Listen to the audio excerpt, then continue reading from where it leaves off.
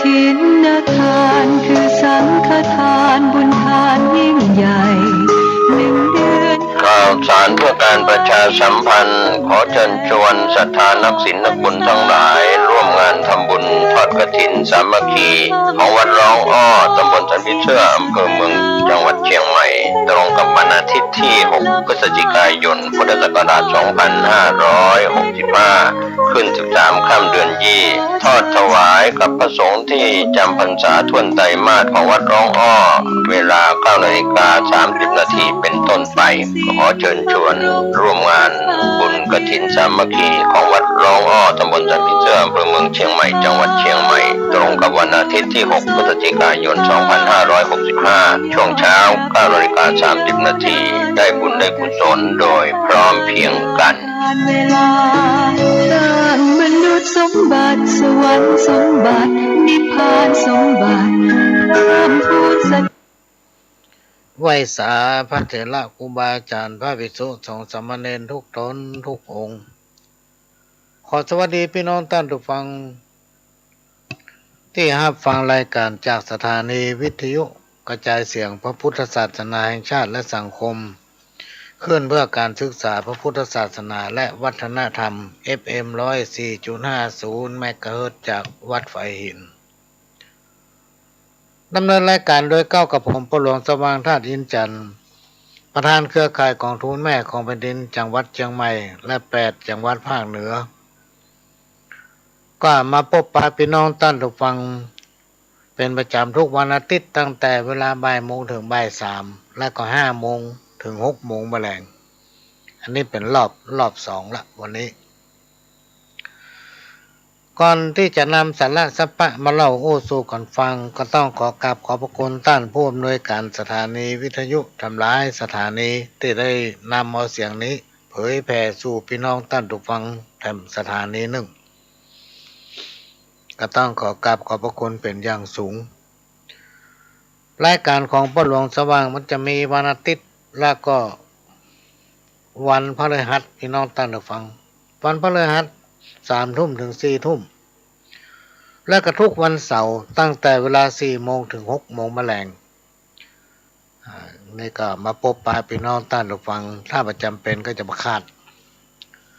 วันนี้เป็นวันที่16 ตุลาคม 2565พี่น้องท่านผู้ฟังเป็นวันที่ หลายๆคนดีใจ ดีใจวันที่16เนาะหลายๆคนหมดหวังกูลืมไปซื้อถึงดีอ่ะ ก็วันที่1ซื้อทำพอถึงตอนบ่ายวันที่1มากูลืมไปซื้อถึงดีเนี่ย มันเป็นสิ่งล่อใจมันเป็นกำลังใจอย่างหนึ่งเนาะพี่น้องท่านผู้ฟังวันนี้เป็นวันเริ่มแรกของอากาศ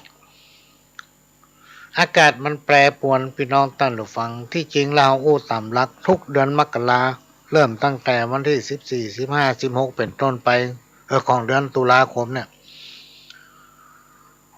ปลายเดือนตุลาคมโดยเริ่มตั้งแต่14 15 16เป็นต้นไปอากาศมันจะเปลี่ยนก็คือเข้าสู่หน้าหนาวลมมันจะล่องมาทางใต้ลมเย็นวันนี้นี่เป็นวันเริ่มต้นที่อากาศเย็นๆพัดผ่านมาทางภาคเหนือของเขาโดยเฉพาะช่วงเช้าเนี่ยพี่น้องท่านผู้ฟังมีฝนสุยมาเขาจะห้องว่าเหมยจ้างก็ได้แล้วใน2 วันมาเนี่ยมีหมอกมีเหมยมีฟ้าลอยไปตามบ้านตามจองคิดว่าหลายบ้านคงจะมีเหมือนกันละวันนี้มีฝนอ้อยลงมาน้อยหนึ่งแล้วก็อากาศเย็นมาตลอดทั้งวันก็คิดว่าอากาศมันคงจะเปลี่ยนละพี่น้องท่านผู้ฟังจากปกติ3 ฤดูฝนฤดูหนาวและฤดูร้อนภาคกลางวันนี่ร้อนอยู่แต่ตอนเช้าตอนค่ำอากาศมันจะเริ่มเย็นเพราะฉะนั้นก็ต้องรักษาสุขภาพเนอะพี่น้องท่านผู้ฟังโดยเฉพาะฝนหน้าเนี่ยมันเป็นฝนมากับอากา อากาศที่มันเปลี่ยนแปลงมันจะทำให้เป็นหวัดเป็นไอนะเป็นน้ำมูกเนาะต้องรักษาสุขภาพกินน้ำอุ่นข้าวฮ้อนแกงฮ้อนเนาะข้าวฮ้อนแกงฮ้อนจะไปกินอาหารไปเลยไม่ได้ละอย่างผู้สูงวัยผู้สูงอายุเนี่ยต้องกินน้ำอุ่นรักษาร่างกายให้อบอุ่น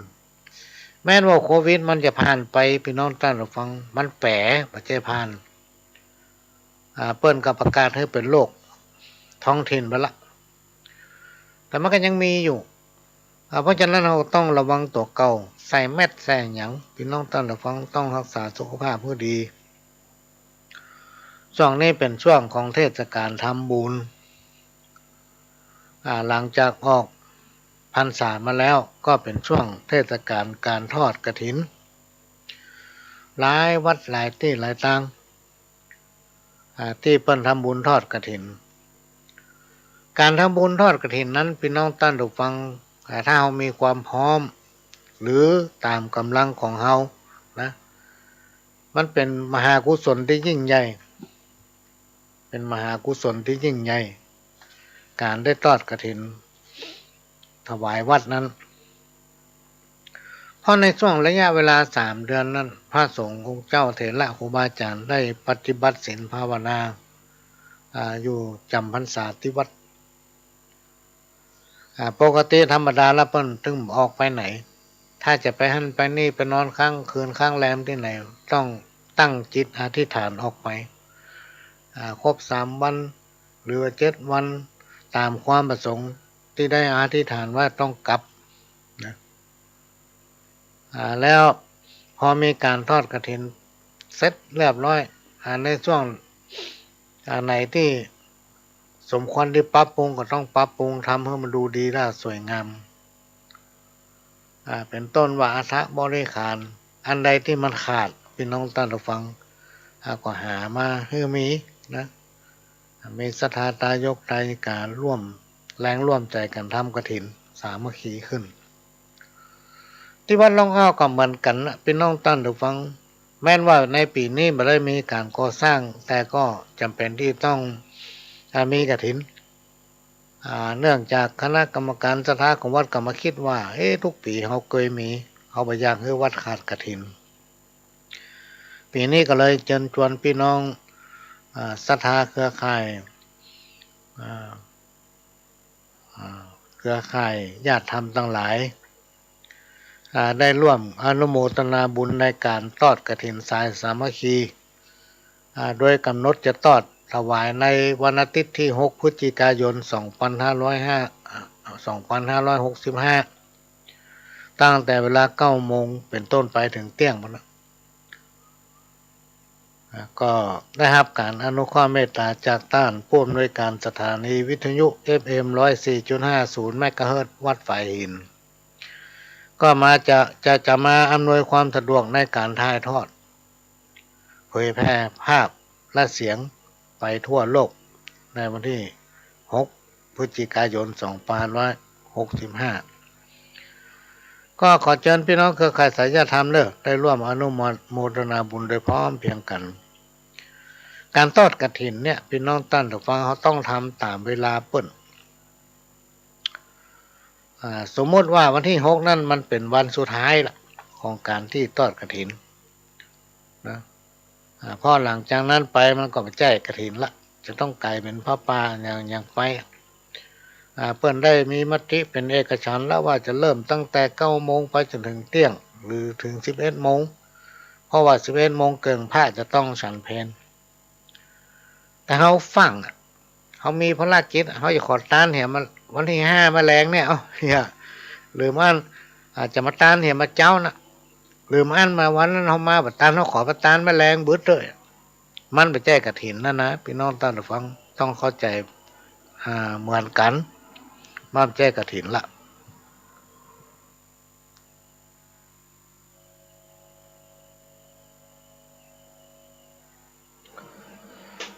มันเป็นผ้าป่าไปละผ้าป่านี่มันจะทอดเวลาไหนก็ได้แล้วแต่เราสะดวกแต่ว่ากฐินเนี่ยเปิ้นกำหนดไว้ก็ต้องทำตามเวลาเปิ้นอันนี้ก็มาประชาสัมพันธ์แจ้ง หูในปีนี้ไผ่ผู้ใดรับเป็นเจ้าภาพลงทานบอกว่าจะเป็นน้ำอาหารถวายพระสงฆ์องค์เจ้ารวมถึงเลี้ยงพี่น้องศรัทธาพร้อมกันนั้นอาจจะเป็นเจ้าภาพตั้งองค์กฐินสักต้นหนึ่งเป็นกฐินสายสามัคคีเพื่อร่วมอนุโมทนาบุญโดยพร้อมเพรียงกันเฮาไม่ได้กำหนดไว้ต้องได้ปัจจัยต้องอันตัวอีเนอะพี่น้องต้านถูกฟังตามแรงศรัทธาของภัยของมันแต่ถ้าท่านตั้งกับสินสายสักต้นหนึ่งเนี่ยก็มาบอกให้ปหลวงเพราะจะมีของซ้ำรวยของซ้ำรวยเนี่ยไม่ได้เอาฝากไว้ที่วัดนะตาทุกเจ้าคนบอกว่าโอ้ถ้าเอามาฝากเขาแจกศรัทธาเกิดมันบอกกุ้มเขาม่วนใจว่ะ เขาม่วนใจก็เลยมีที่ปหลวงเนี่ยวันที่6ก็ซ่อหาบุญหลวงคือปะและในวันนั้นเนี่ยจะตั้งต้นเป็นต้นหางกฐินหรือต้นพระป่าต้นหนึ่งพี่น้องตั้งถูกฟังเอาไว้ที่หน้าวิหารนะที่หน้าวิหารมันจะมี2ต้นลักๆคือต้นของปหลวงต้นของวัดและทำต้นหนึ่งเขาจะเขียนป้ายติดว่าขอเชิญร่วมบุญสนับสนุนหรือทนุบำรุงสถานีวิทยุอันนั้นต้นเนี้ยเขาจะมอบถวายให้ต้านผู้อำนวยการสถานีเพื่อเพิ่นจะได้นำไปทนุบำรุงสถานีทุกปีมาจะมีตอดพระป่า 4-5 ปีที่ผ่านมาแต่มา 2-3 ปีเนี่ยพี่เนี่ยมาได้พี่น้องต้านฟังเพราะอย่างเพราะภาวะเศรษฐกิจกับโรคไวรัสโรคโอ้ถ้าเป็นสมัยก่อนพุทธกาลเนี่ยพญาเจ้าเมืองจะสั่งเสนาอำมาตย์ไปเสาะยับตัวไวรัสตัวโควิดนี่แหละถ้าเป็นสมัยพุทธกาลนะเหมือนกับพญาเจ้าเมืองหนึ่งใจเสนาอำมาตย์ไปไล่ยับตัวคืดถ้ายับมาบัดได้นะต้องโดนประหารโดนตัดคออย่างเดียว คือเวลา7 วันไปทั่วบ้านทั่วเมืองไปซ่าหาตัวคืดที่ไหนก็มีภัยก็มู้จักจนพอจะครบ7 วันต้องหนีเข้าในป่าเหมปานไปนอนต้านฟังหวังว่าจะไปคาบอยู่ตำในป่าเหมปานเพราะจะลบลี้หนีอาญาเข้าบ้านเข้าเมืองได้ถูกตัดคอหรอกไปป้าพระฤาษีหู้ด้วยญาณบอกโอ้เท่ามาช่วยเจ้าบ้านเจ้าเมืองทหารเสนาอำมาตย์วันนี้จะต้องถูกตัดหัวหมด พระฤาษีก็วางกลอุบายช่วยเอาเอกแล้วกันผู้มาเจ้านะให้สู่ไปตัดไม่สร้างมาป้องหนึ่งแล้วเราจะยับตัวคืดก็ได้ไม่สร้างไปถวายพระฤาษีก็คายน้ำหมากใส่ในบอกไม่สร้างแล้วก็ผ้ามัดไว้ผ้าเหลืองมัดไว้เอาไปมอบถวายให้พญาเจ้าเมืองแล้วระวังเรื่องมันจะหนีนะกับปลากันนำมันเอาขี้หมากนะใส่ในบอกไม้ผ้าผูกมัดปากมันเห็นแล้วก็แห่เข้าบ้านเข้าเมืองโอ้พญาเจ้าเมืองเกณฑ์เสนาอามาตย์โอ้อยู่ยามจัน1จัน2จัน3จัน4อารักขาไม่สร้างบอกเนี่ยเพราะกลัวตัวคืดมันหนีชาวบ้านชาวเมืองปากันมาส่องพ่อโอ้ตัวคืดเป็นอย่างอีโลย เมื่อการตัวโควิดเนี่ยพี่น้องต้านถูกฟังถ้าเป็นสมัยพุทธกาลเนี่ยเขาซ่อล่ามันละกะตัวโควิดเนี่ยนะมันมาหายไปไหนมันหวั่นอยู่กับบ้านกับเมืองเขาเนี่ยแล้วมาแจ้กับบ้านเฮาเมืองเฮาพี่น้องต้านถูกฟังมีไปทั่วโควิดก็ยังดูดีอยู่นะที่เฮามาตกอกตกใจที่หันข้าวถึงวันเนี่ยพี่น้องต้านถูกฟังเป็นว่าน้ำเนี่ยมันท่วมตั้งเฮาน้อยหนึ่งปุ้นมันไปท่วมตั้งใต้บ่พี่น้องต้านถูกฟังไปท่วมตั้งใต้โอ้พอจะมิดหลังคาขนาดบ้าน2 ชั้นนี่อยู่ไม่ได้ต้องไปนอนบนถนนไปอาศัยหันน้อยนี่น้อยน้ำจะกินก็มีห้องน้ำจะเข้าก็บ่มีพี่น้องต้านถูกฟังมันลำบากไปทุกอย่างมาเป็นเดือนเนี่ยความทุกข์อันเนี้ยมันจะแสนสาหัสขนาดไหนพี่น้องต้านถูกฟังบ่มีน้ำบ่มีไฟห้องส้วมก็บ่มี เออบ้านตัวเก่าก็นอนไม่ได้อยู่ไม่ได้น้ำขึ้นตังเฮานี่มันแห้งละแห้งไปเมินแล้วแต่ไปค่อนตังลุ่มพี่น้องตั้งแต่ฟังแถมมาป้อผีซ้ำดำพลอยทะเลซะมาขึ้นเลย ทะเลสูงแล้วแม่น้ำระดับน้ำของทะเลเนี่ยตอนนี้เริ่มดีขึ้นมาพ่องแต่ว่าที่ไหนถ้าน้ำท่วมตอนเนี้ยก็ยังท่วมอยู่อันนี้ก็น่าอินดูพี่น้องตันทุกฟังในสังคมยุคปัจจุบันเนี่ยมันอยู่ยากแท้ๆเลยอยู่ยากมันอาจจะเกี่ยวกับคนมันหลายเนาะคนมันหลายมันก็เลยอยู่ยากนะอย่างใดก็ดีตั้งเหนือเขาเนี่ยถือว่าโชคดีแล้วโดยเฉพาะเฮาเจ้าพุทธเฮามีพระแก้วตั้ง3ประการเป็นล่มโพล่มไทรนะเป็นสิ่งที่เฮาทั้งหลายยึดไว้เป็นเครื่องประดับจิตใจเป็นคนกำลังใจของจิตสำนึกพี่น้องตั้งดูฟังน้ำธรรมมันเป็นคำสั่งสอนขององค์พระสัมมาสัมพุทธเจ้านั้นบอกว่าเขาจะอยู่ที่ไหนบางทีเขาก็วนก็ไหวยกตัวอย่างเมื่อคืนนอนไปรับลูกไหว้พระอย่างน้อยก็ไหว้นะโม3 รอบหรือว่าอรหังสัมมาอีกก็ได้คำเดียวก็หลับหรือว่านอนไปสงบนิ่งสงบใจทำตานี่นึกถึงพ่อก้าวจิกจมูกพุทโธพุทโธก็เดียวก็หลับแล้วก็บอกฝันให้กล้าของคนอยู่ที่ผลของงานครูบาอาจารย์กล่าวว่ากรรมสอนของพ่อกรรมสอนของแม่คือสมบัติของลูกคนโง่คนเหง่าต้องที่จะสรรเสริญคนพาลนะเป็นมนุษย์เป็นได้เพราะใจสูงเหมือนนกยุงมีดีที่แววขนถ้าใจต่ำเป็นได้แต่เพียงคน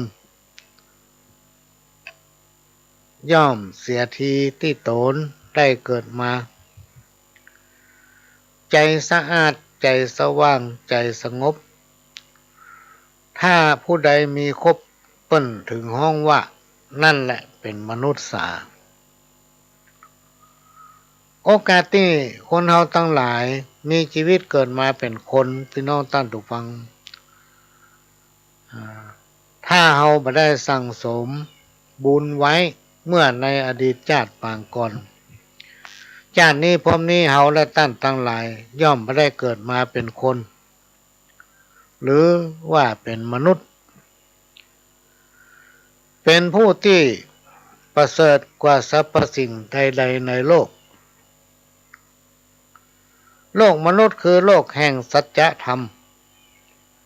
มีเกิดแก่เจ็บตายสิ่งทั้งหลายเหล่านี้จะเป็นไปตามผลของกรรมอันเป็นกรรมของภัยและเกาะของมันแทนกันมาได้เอาแลกกันก็มาได้ ครูบาอาจารย์ได้กล่าวไว้ว่าผู้ใดกระทำสิ่งใดไว้ก็ย่อมจะได้รับสิ่งนั้นบาปบุญคุณและโทษมันมีและก็ให้ผลเร็วพี่น้องตั้งหูฟังในชาติเนี้ยมันมีชาติหน้าการที่เฮาทุกคนมีชีวิตที่เกิดมาเพราะบุญเก่าเมื่อในอดีตชาติทำให้เฮาได้อยู่ดีกินดีมีร่างกายสุขภาพแข็งแรงสมบูรณ์นึกอยากจะได้อย่างก็ได้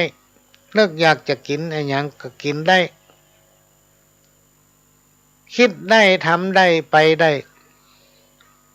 เพราะว่าเฮาทุกคนมีบุญเก่าที่สร้างและสั่งสมไว้ อันเนี้ยเป็นสิ่งที่เราต้องหลายจะต้องสอดเสาะแสวงหาเสริมเติมบุญเก่าบัดนี้ประมาทลาสาเกิดบุญเก่าหมดพี่น้องท่านผู้ฟังหรือว่าหมดบุญที่สั่งสมไว้ก็จะทำให้ปะปบในสิ่งที่บดีมางามซึ่งมันแก้ไขยา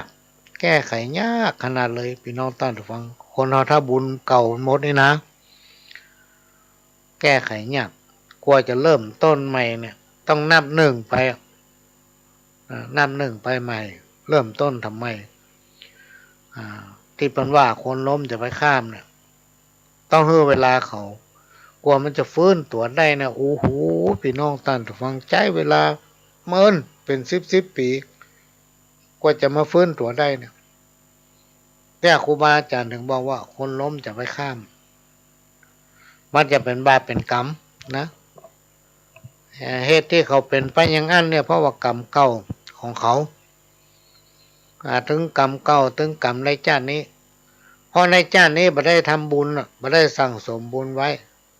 บุญก็ไปเชื่อมบุญเก่าบ่ได้บุญเก่าจะมาเชื่อมกับบุญใหม่ก็บ่ได้ก็เลยมีอันเป็นไปแหละพี่น้องท่านผู้ฟัง อันนี้ก็เอามาฝากเล่าฟังบ่ได้เนิ่มใจมาสอนครูบาอาจารย์ท่านได้กล่าวไว้ถามว่าผู้ใดมีปัญญาลักแหลมย่อมตั้งตัวได้แม้นว่าจะมีทรัพย์สินแก้วแหวนเงินคำเพียงเล็กน้อยก็ทำคุณประโยชน์ให้กับสังคมชุมชนที่ตนเองได้อยู่อาศัยหรือว่าตั้งเนื้อตั้งตัวได้โดยมีปัญญาโดยใจสติปัญญาของตนเองเนี่ยพี่น้องท่านผู้ฟังเขาจะไปประมาทมาได้นะประมาทคนนี่มาได้ดูถูกคนก็มาได้เพราะอันยังเพราะกรรมประกาศที่เป็นว่าไว้นะตามีหน้าพอหน้ามาหันเนี่ยพี่น้องท่านผู้ฟังตาเขามีหน้าแต่เขาใจพอวันทั้งหน้าหันรู้บาปบุญคุณและโทษมีจริงมันเป็นเงาติดตามตัวคนเฮาทุกคนพี่น้องท่านผู้ฟังครูบาอาจารย์เปิ้นกล่าวไว้ว่าคนใดโกงเปิ้นกรรมเดียวเปิ้นก็จะต้องมาโกงมัน มันเป็นวัฏจักรแล้วคนไหนชอบล่อลวงเปิ้นคนอื่นนะ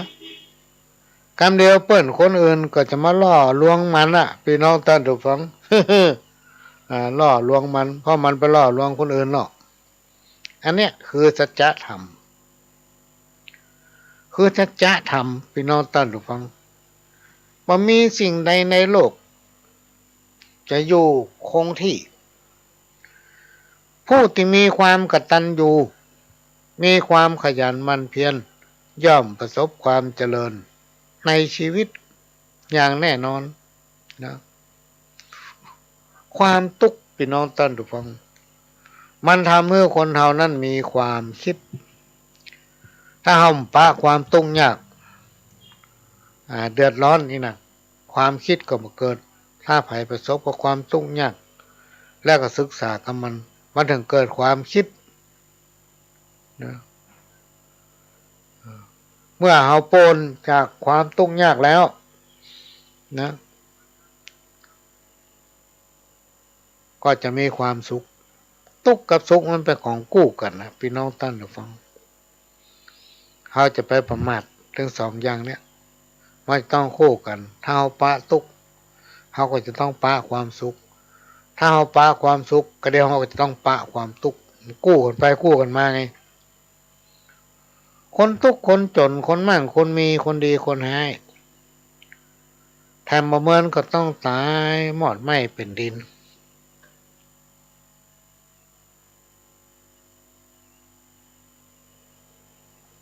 แม้แต่ตู้พระต้านผู้ทรงศีลยังโมยชีวินนอนตายความหน้ามาถ้าหวังว่าอย่างปงวิแม่ป้าแม่นแผ่นพระสุธายังมั้งมาเห็นมาพาก้อนเต้าหัวจ้างยังหูแต่งม้างเป็นหอยฮี่หาไปเตอะบ่ต้องไปขอให้เงินของเต้าดอยเอาไปบ่ได้เอาไปบ่ได้ ทุกชีวิตเป็นอนิจจังย่อมมรณังเหมือนกันจุผู้มามีภายในจักไปต่อสู้กับยมประบาลตั้นเต้าเมื่อถึงเวลาบอกว่าแก่ข้าวหนุ่มเท่าหญิงใจห้อยผ้าเป็นปุกก็ยังจักตายบ่มีสักลายจักหลีกเว้นได้จักหลีกเว้นได้ธรรมะอันเป็นคำสั่งสอนหรือเป็นหลักธรรมคำสั่งสอนขององค์พระสัมมาสัมพุทธเจ้าสอนให้คนเฮามนุษย์รู้จักประพฤติปฏิบัติตนในทางที่ดีนะในชีวิตประจำวันเพราะว่าชีวิตของคนเราทุกวันนี้พี่น้องท่านผู้ฟังจะต้องหนีบ่พ้นเรื่องสุขเรื่องทุกข์มันที่ว่าพัตกี้นะเรื่องโชคดีโชคร้ายรวมมาถึงปัญหา108หลักของคำสั่งสอนในทางพระพุทธศาสนาท่านกล่าวว่าต้องรู้จักตนเองและเตรียมใจไว้ให้พร้อมนะเขาต้องรู้จักตัวเองตั้งสติไว้ให้ดีทุกเมื่อผู้ใดมีสติที่มั่นคงย่อมบ่หวั่นไหวย่อมจักพ้นจากภัยทั้งหลายทั้งมวลเนี่ยเป็นคำสอนของครูบาอาจารย์ที่เพิ่นว่าไว้พี่น้องท่านผู้ฟังผู้ใดตกอยู่ในอำนาจของความมัวเมาความลุ่มหลงหรือตกอยู่ในอำนาจของตัณหาราคะมักจะหลงลืมตัวเองแม้ว่าจะเป็นคนฉลาดสักเท่าใดก็ตามพี่น้องท่านระวังกลายเป็นคนโง่คนเง่าไปได้นะ คนใดเป็นหลงนะหลงอกหลงใจนี่นะลงถนนนนตั้งไปคืนได้นะพี่น้องท่านผู้ฟังแต่ถ้าหลงอกหลงใจละคืนเนี่ยไปเมาละอ่อนไปมีกิ๊กเป็นละอ่อนเนี่ยไว้ยากขนาดนั้นเป็นห้องควายเท่าลมปงนะกำข้าวของคนสมัยก่อนเป็นแต่งไว้สังคมไทยเปลี่ยนไปนักล้ำจ้างงายเป็นความทำใจยากนักหนาทุกครอบครัวต่างก็มีปัญหาแทบจนปัญญาจะตุยตันเจ้าแต่ก่อนหนหลังฟังจากคนเฒ่าเล่าไว้เปิ้นเลี้ยงลูกหลานกันเอาไว้ใจฝากผีฝากไข่ที่รุน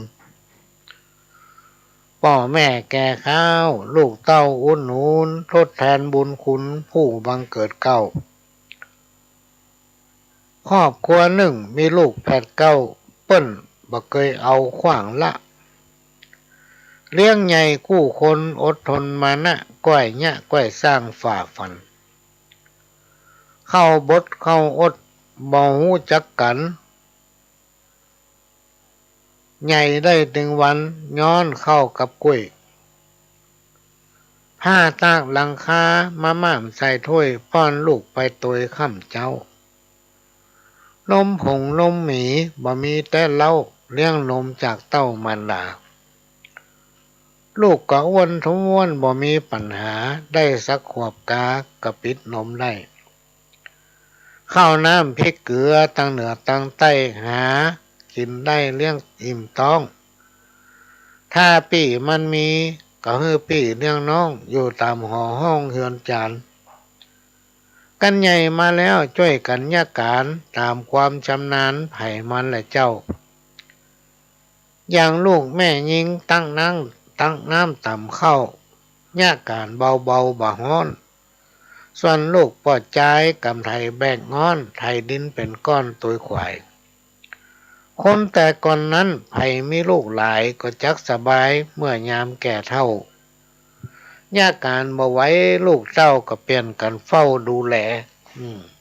อันนี้เป็นกรรมที่เปิ้นแต่งแต้มเขียนไว้พี่น้องท่านผู้ฟัง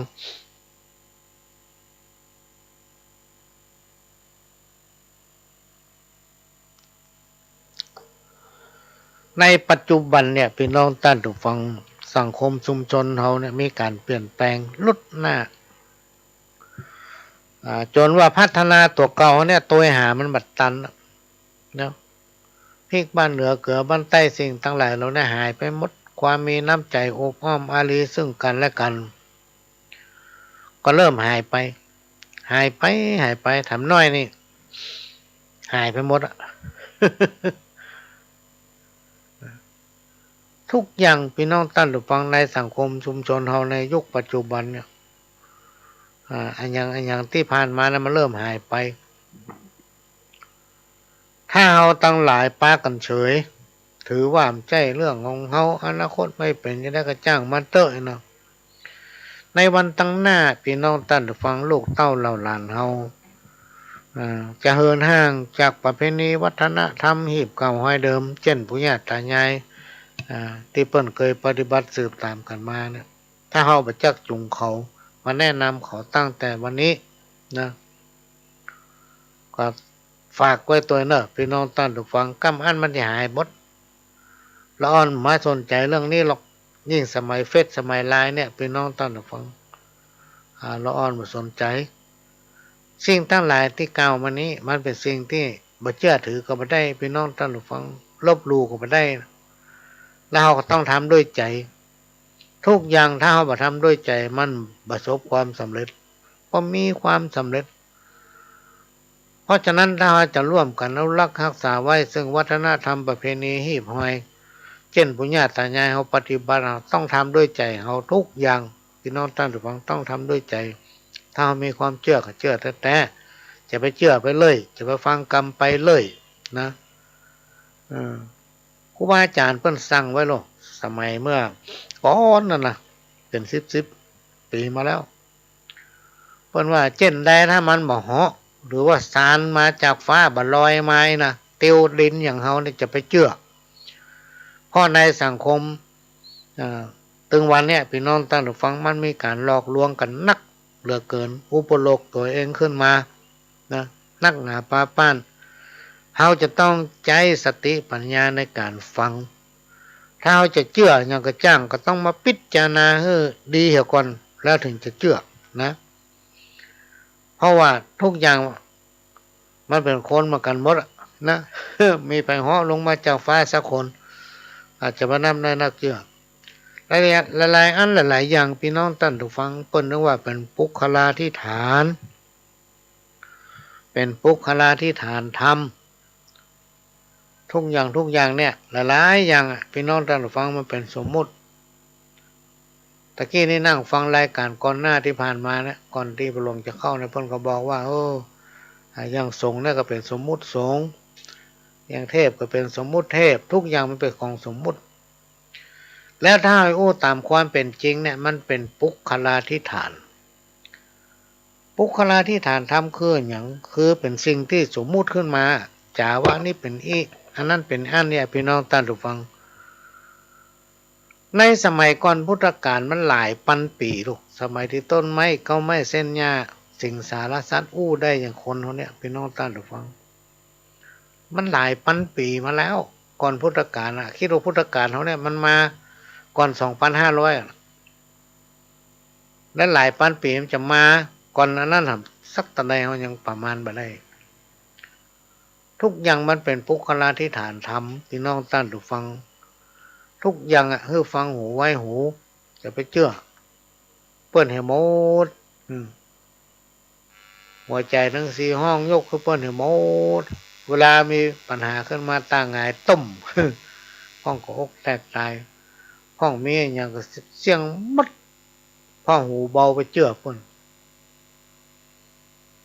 อันนี้ก็ฝากไว้ให้พิจารณาเชื่ออย่างก็พิจารณาให้ดีก่อนแล้วค่อยเชื่อสิ่งใดก็ตามถ้าเราบ่ได้ยินกับหูเรามาหันกับตาพี่น้องท่านผู้ฟังเพิ่นนับได้นับเชื่อถ้าเป็นคนที่หูเบามีอย่างก็เสียงหมดความวินาศจะติดตามมาอันนี้ก็เป็นสิ่งที่ฝากไว้เนอะ20 ปีผ่านมาเนี่ยพี่น้องท่านผู้ฟังปัจจุบันเนี่ยนะบ่ใครได้นั่งกินข้าวตัวกันละกินไปกินมันไปกินเอาตั้งหน้าพุ่นเพราะต่างคนต่างต้องแยกการทำงานไปเสาะหากินเอาตั้งหน้า บางทีเนี่ยบางบ้านบ้านบางหลังแทบจะไม่ได้นึ่งข้าวเป่าไฟพี่น้องท่านผู้ฟังถ้าเมามานึ่งข้าวเป่าไฟมาย่ากินนะพี่บัดตันได้ยาการละ บัดตันได้ยาการละหลายๆบ้านบ่มีเตาไฟหรอกพี่น้องท่านผู้ฟังมีเตาไฟบ่มีหม้อบ่มีห้านขันน้ำบ่เหมือนบ้านแต่ก่อนเพราะอย่างเพราะว่าต้องมีภาระการหน้าที่การงานถ้ามันยากก็ไม่ได้กินขันยันไปยากถึงวันยังบ่แค่ตันกินติ้มบ่แค่ตันกินนี่มันเจ้าว่ามันได้น้อยมันพอใจนะมันเอาไปใจอย่างอื่นนักอันใดที่หันเพิ่นมีก็ให้มีเครื่องอย่างทุกอย่างในบ้านเนี่ยครบทุกประการนะมันเป็นยุคที่มีการพัฒนาลุดหน้าเกินพี่น้องท่านผู้ฟัง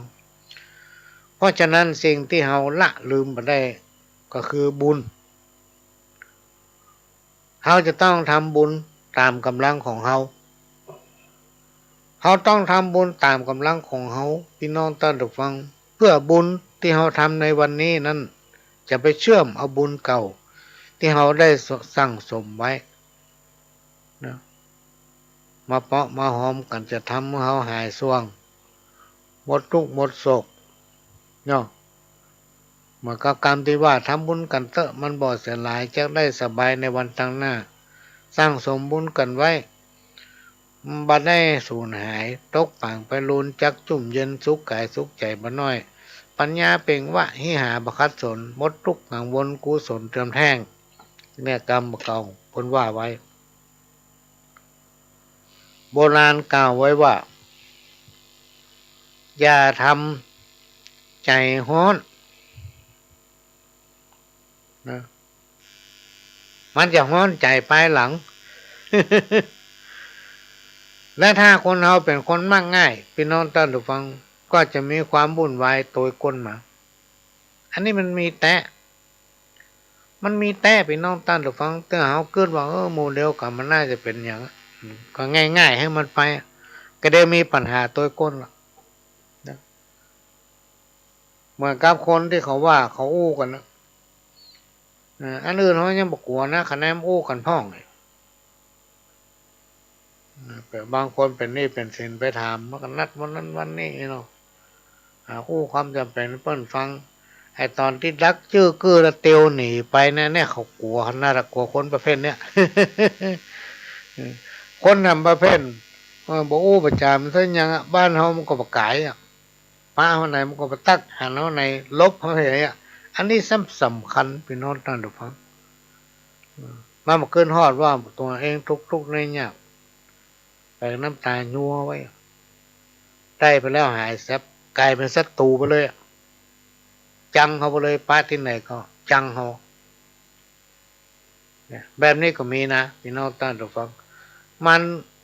เหมาะสมกับกรรมเก่าที่เพิ่นว่าเว้นหมาฮือปอศอกเว้นอีวอกฮือปอวาเว้นคนป่าลาฮือไก่แสนโยชน์คนที่คบบัดได้หรือคนที่บดีคบก็คือคนป่าลาเนี่ยคนวอก มันถึงคบได้มันถึงแม่นแต่เลยพี่น้องท่านผู้ฟังเนี่ยครูบาอาจารย์เพิ่นว่าคนมาเก่าเป็นแต่งแต้มเขียนไว้ว่าถ้าพระคนป่าลาคนพาลคนวอกเนี่ยจะไปใกล้มันกฐินทานคือสังฆทานบุญทานยิ่งใหญ่1 เดือนข่าวสารเพื่อการประชาสัมพันธ์ขอเชิญชวนศรัทธานักศีลนักบุญทั้งหลายร่วมงานทำบุญทอดกฐินสามัคคีของวัดร้องอ้อตำบลสันพิเชื่ออำเภอเมืองจังหวัดเชียงใหม่ตรงกับวันอาทิตย์ที่6 พฤศจิกายนพุทธศักราช 2565 ขึ้น 13 ค่ำเดือนยี่ทอดถวายกับพระสงฆ์ที่จำพรรษาท่วนไตรมาสของวัดร้องอ้อเวลา 9:30 นาทีเป็นต้นไปขอเชิญชวนร่วมงานบุญกฐินสามัคคีของวัดร้องอ้อตำบลสันพิเชื่ออำเภอเมืองเชียงใหม่จังหวัดเชียงใหม่ตรงกับวันอาทิตย์ที่6 พฤศจิกายน 2565 ช่วงเช้า 9:30 นาทีได้บุญได้กุศลโดยพร้อมเพรียงกันเวลา มบัติสวรรค์สมบัตินิพพานสมบัติเพิ่มพูนสัก คนเฮาเกิดมาล้วนมีกรรมเป็นของตัวเก่าบ่มีไผสามารถเปลี่ยนแปลงกรรมของตนเองได้ยิ่งเป็นอกุศลกรรมหรือกรรมที่เกิดจากกระทำในสิ่งที่บ่ดีบ่ว่าจะเป็นในอดีตชาติในชาติปัจจุบันซึ่งจัดอยู่ในบาปข้อเมื่อถึงข่าวย่อมจักมีเกิดขึ้นจะนักจะน้อยขึ้นอยู่กับกุศลกรรมกุศลกรรมก็คือบุญพี่น้องท่านฟังที่เราทำการทำบุญเพื่อให้หารผลตั้นตาตั้นใจนั้นย่อมเป็นไปบ่ได้คนผู้ใดมีจิตใจใฝ่ต่างบุญย่อมจะส่งผลให้สบายใจการที่ฟังธรรมะบ่อยๆย่อมจักทำให้คนผู้นั้นมีสติประพฤติปฏิบัติตนไปในทางที่ถูกต้องคนที่มีใจเป็นศีลเป็นธรรมย่อมจักพบปะแสงสว่างชีวิตย่อมจักเดินทางไปสู่ทางที่ดีงามเสมอทำเพื่อประสบแต่โชคดีอยู่เสมอการรักษาศีลนั้นย่อมทำให้มีชีวิตที่ดีงามพบปะแต่ความสุขอกุศลกรรมที่ทุกคนมักจะเรียกว่ากรรมเก่าในอดีตชาติข้อกรรมในชาตินี้จักก่อยลดไปเนี่ยพี่น้องท่านผู้ฟังอันเนี้ยนำมาฝากไว้ก่อนที่เราจะแผ่เมตตาตรวจน้ำหรือว่าหยาดน้ำครูบาอาจารย์กล่าวว่าควรทำสมาธิสัก1 หรือ 2 นาทีนะหรือแล้วแต่โอกาสของแต่ละท่านนะก่อนที่เราจะหยาดน้ำเมื่อจิตใจของเขาอ่อนโยนงดงามจิตใจสะอาดผ่องแผ้ว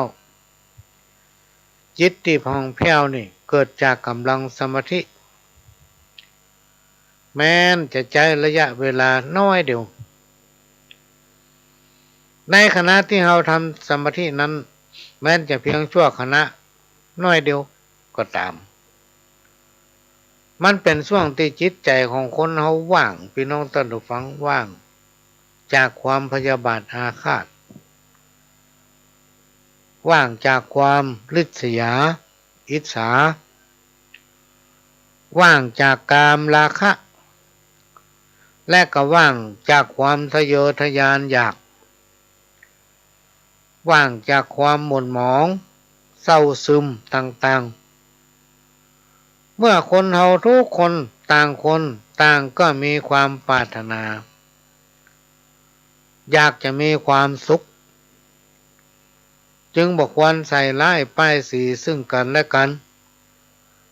บ่ต้องอิจฉาริษยากันทำหน้าที่ของใครของมันใช้ชีวิตของตนแบบสงบเสงี่ยมเรียบง่ายอ่อนน้อมถ่อมตนบ่เย่อหยิ่งจองหองบ่ดูหมิ่นดูแคลนคนอื่นครูบาอาจารย์ท่านกล่าวไว้ว่าคนเฮานี้มันเปรียบเหมือนจิกุ้งที่อยู่ในห้อย ดิดกันป๊อปแป๊บทั้งที่ว่าสมเหมือนกับลงก้นโคกเหมือนกันกู้ตัว ก็ยังดีดกันอยู่เหมือนกับคนเฮาเนี่ยพี่น้องท่านผู้ฟังพีดกันว่าเฮอกันบุญปากใส่กันจ้องสายตาใส่กันเนี่ย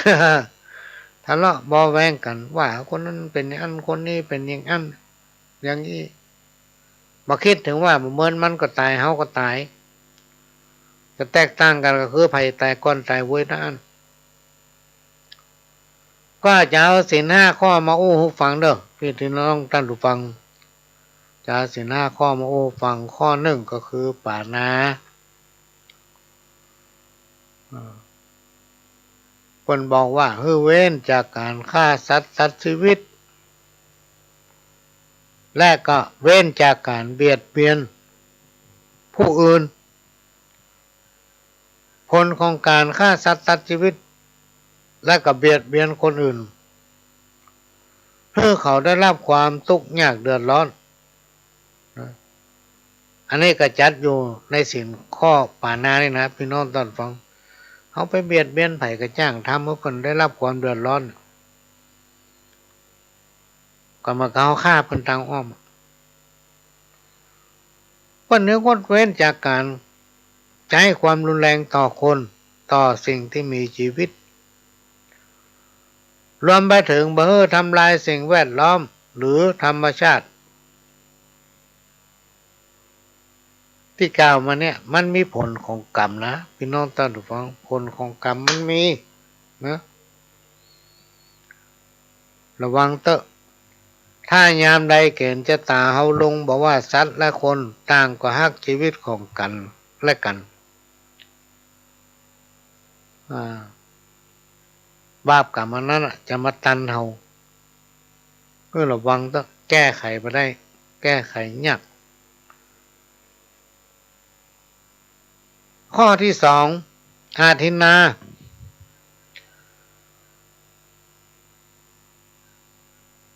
เว้นจากการลักทรัพย์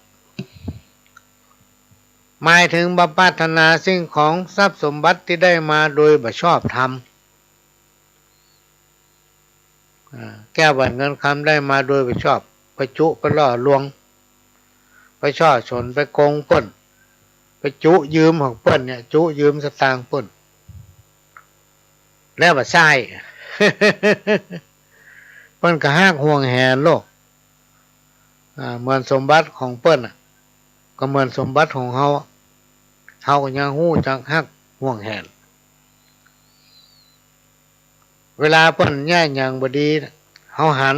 ฝ่ายเปิ้นโอ้อันนี้มันบ่ดีแล้วบ่ถูกต้องอันนี้บางทีมันดีแต่มันบ่ถูกใจเฮาก็ว่าเปิ้นบ่ดีก็แล้วเวลาตัวทำบ่ดีพ่องร้องเปิ้นว่าโคตร โคตรดูถูกเฮาอย่างนั้นอย่างนี้ตบอกใส่เปิ้นอะไรอันนี้จัดอยู่ในศีลข้อนี้เปิ้นบอกว่าอย่าคิดเด็ดขาดอย่าคิดเอาของเปิ้นมาเป็นของตัวจะไปล่อลวงเปิ้นจะไปจู้กินเปิ้นบ่ได้นะมันบ่ดี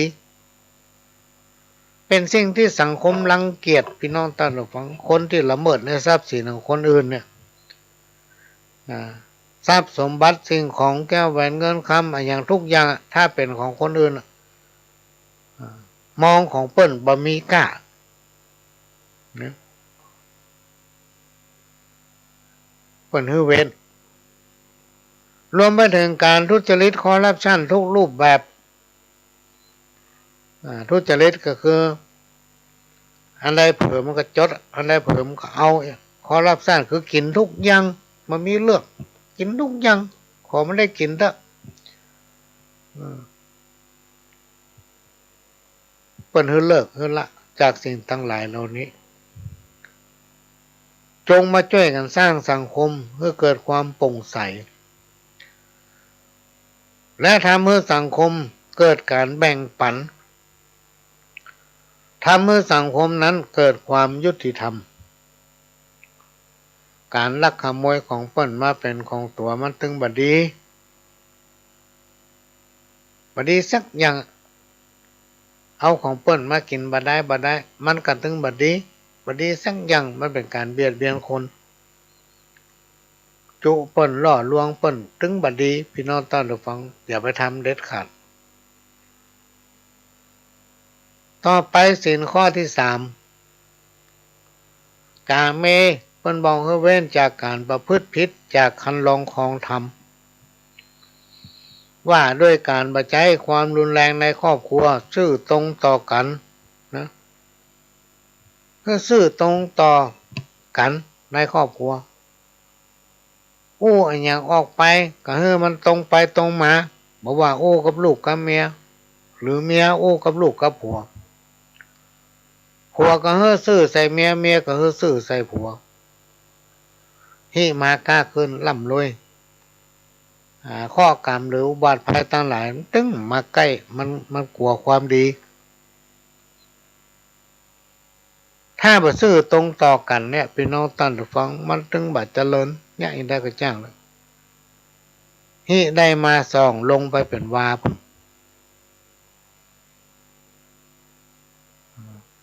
เนี่ยต้องทำตัวให้เป็นตัวอย่างกับลูก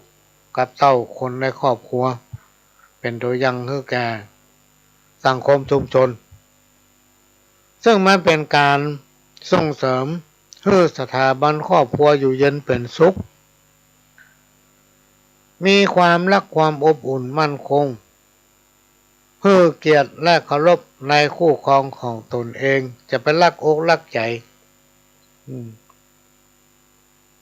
ข้อที่3เนี่ยเป็นหลักประกันของความมั่นคงของสถาบันครอบครัวถ้าภัยนำปฏิบัติได้จักอยู่เย็นเป็นสุขพี่น้องท่านผู้ฟังแต่ถ้าภัยผู้ใดประพฤติผิดในกามผิดลูกผิดเมียเปิ้นไปเล่นลูกเมียเปิ้นกู้ง่ายๆ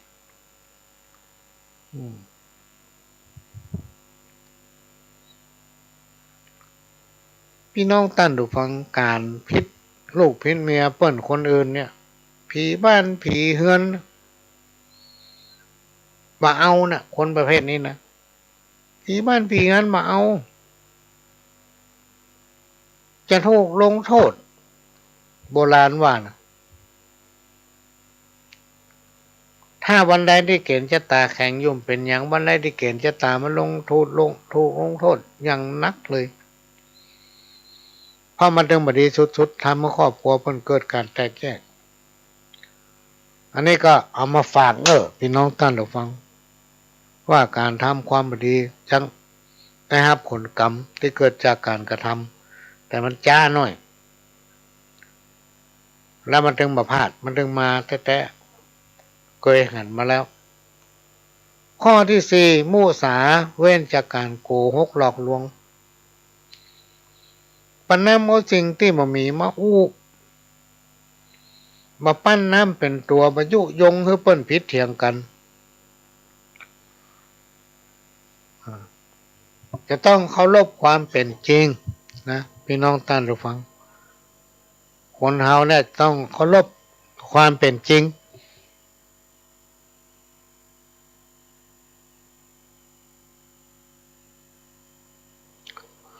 มาใจว่าเอาความบดีให้เปิ้นคนอื่นอันทั้งตัวเอาอันดีๆเข้ามาใส่ตัวเก่าหมดเนี่ยระวังไว้เถอะบาปกรรมจะลงทันความพินาศสิบหายจะบังเกิดขึ้นกับคนที่ผิดศีลข้อมุสาเนี่ยแต่ถ้าไผผู้ใดรักษาซึ่งความสัตย์รักษาไว้ซึ่งความจริงที่เปิ้นฮ้องว่าสัจธรรมสัตตธรรมน่ะก็คือความจริงนะก็จะทำเพื่อพบปะกับความสุขความเจริญบ่ว่าจะเป็นผีสางนางไม้เทพบุตรเทวดาเทปาฮักทั้งหลายก็จะคุ้มครองรักษาห้องว่าตกน้ำบ่ไหลตกไฟบ่ไหม้นะถ้าไผรักษาบ่ได้ก็ยังว่านะบาปกรรมจะตัวตันกู้ไปอุมาพี่น้องท่านผู้ฟังเวลาหมดถำละ พ่อหลวงก็จะขอนำรายการนี้จากพี่น้องท่านผู้ฟังไปก่อนขอทุกท่านทุกคนกินได้นอนหลับฝันดีเหมือนกันคู่คนจากกับผมพ่อหลวงสว่างท่านิจันทร์ขอสวัสดีครับ